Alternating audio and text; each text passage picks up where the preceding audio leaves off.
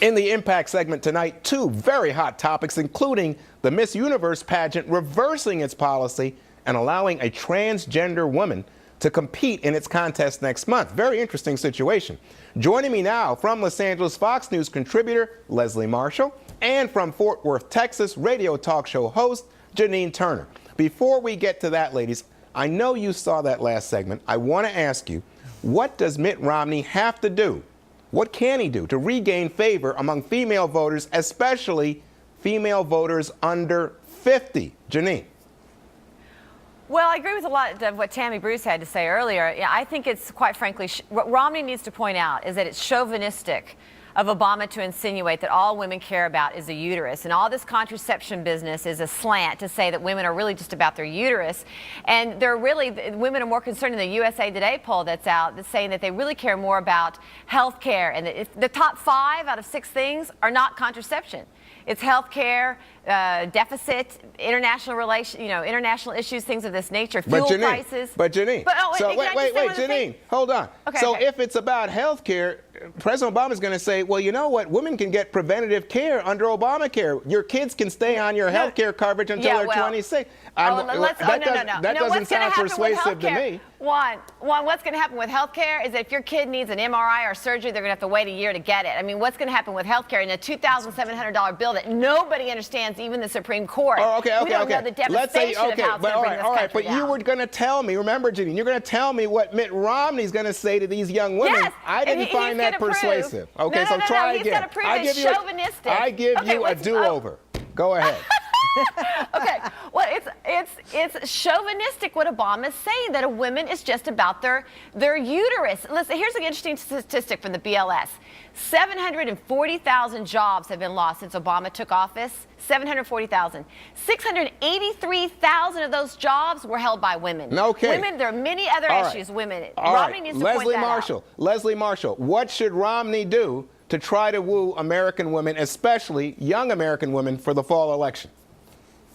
He needs to move to the center on women's issues, specifically women's health issues. And when you're talking about, which I do not feel the president was saying that we just care about or are all about our uterus, but you know, one, without being gross, a lot of stuff going on down there. Cervical cancer, ovarian cancer, uterine cancer. These are significant health issues outside of contraception, which is inclusive among Affordable Care Act, which is inclusive among the concern with women's health issues. And all we have to look at is from the middle of February, how the numbers from Mitt Romney actually moved over to the president. Okay, Leslie. How the shift in those numbers. But Leslie, I know that. What I'm trying to do is how can Mitt Romney fix it? And I'm wondering, what about appointing a Sarah Palin type to be his vice president? What would Leslie say to that?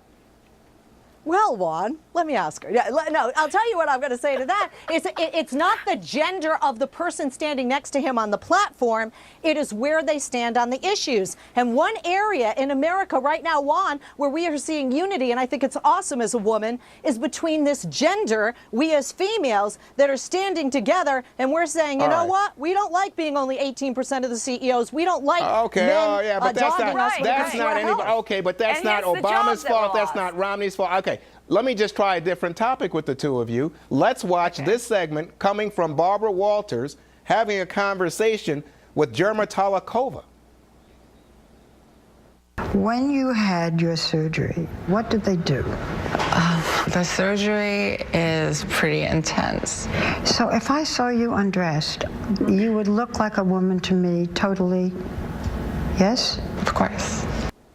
Okay, now Ms. Talakova was born a man, but she's had the surgeries. Now she's a woman, as you can see. She's had the hormone treatments, and she wants to compete in the Miss Universe. Donald Trump has now reversed the policy, which had been that you have to be born a woman. Trump says now she's eligible. She will compete. What do you say? Janine? Me? Well, look, as I said last week, it's a private enterprise, and he has a right to set whatever rules and stipulations he wants. So if at first he didn't want it, but now it's okay, that's his prerogative. But how do you feel as a woman competing against a guy? Well, you know, I feel that naturally born women are at a disadvantage, especially if they haven't had a breast augmentation and Jenny, that you're at no disadvantage. Let me just tell you. No Yes, advantage. Leslie, you what do you are. say? Leslie, what do you say? The legs and everything. It's like what I said last week. Leslie?